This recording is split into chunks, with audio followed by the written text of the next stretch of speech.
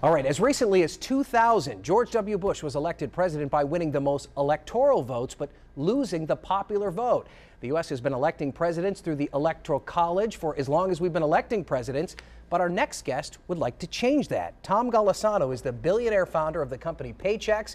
He was also the owner of my favorite hockey team, the NHL Buffalo Sabres. He unsuccessfully ran for governor of New York 3 different times. Mr. Golisano, it's a real honor to have you on First and Foremost. Nice to be here, Ryan. As an independent. As an independent. That's right, right. That's right. You're not affiliated with any party, which is important when we talk about this. Why do you think that this change is necessary to move away from the Electoral College and instead elect the president through a popular vote? You brought up one good example, and that was the 2000 election where Al Gore had more votes than George Bush, but George Bush became president. A lot of people don't remember or realize that in 2004 it was the other way around.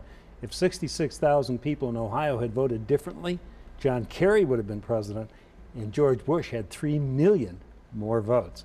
So we obviously have this issue where we have candidates that can become president of the United States with the least number of votes. And it's the only election that works that way in the United States of America.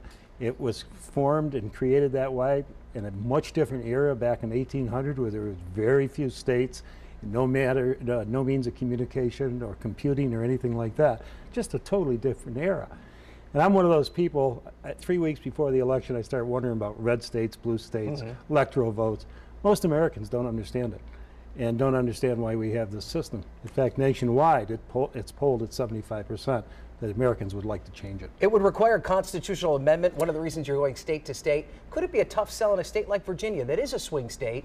We saw the presidential candidates so often in 2008. It was almost like they were running for city council. Right. Well, first of all, Ryan, it doesn't require a constitutional amendment. Okay. All it does is require enough states that represent 270 electoral votes to decide that they want to give their electoral votes or award their electoral votes to the candidate who gets the most votes in the whole country. Okay. And this way it kind of guarantees that the candidate with the most votes would win.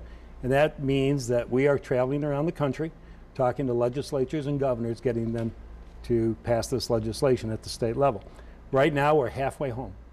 The governor of California is supposed to sign in California within the next few weeks, and with that we have 132 electoral votes. We need 270 to get this done. Okay, we're going to talk more about this in the coming weeks. I have a personal question for you. Are you ever thinking about getting back into the sports business? There's a lot of people in Buffalo wondering if you're interested in becoming the next owner of the Buffalo Bills. Will that ever happen? I'm concerned about the Buffalo Bills ever leaving the community of Buffalo. I think it would be a terrible shame.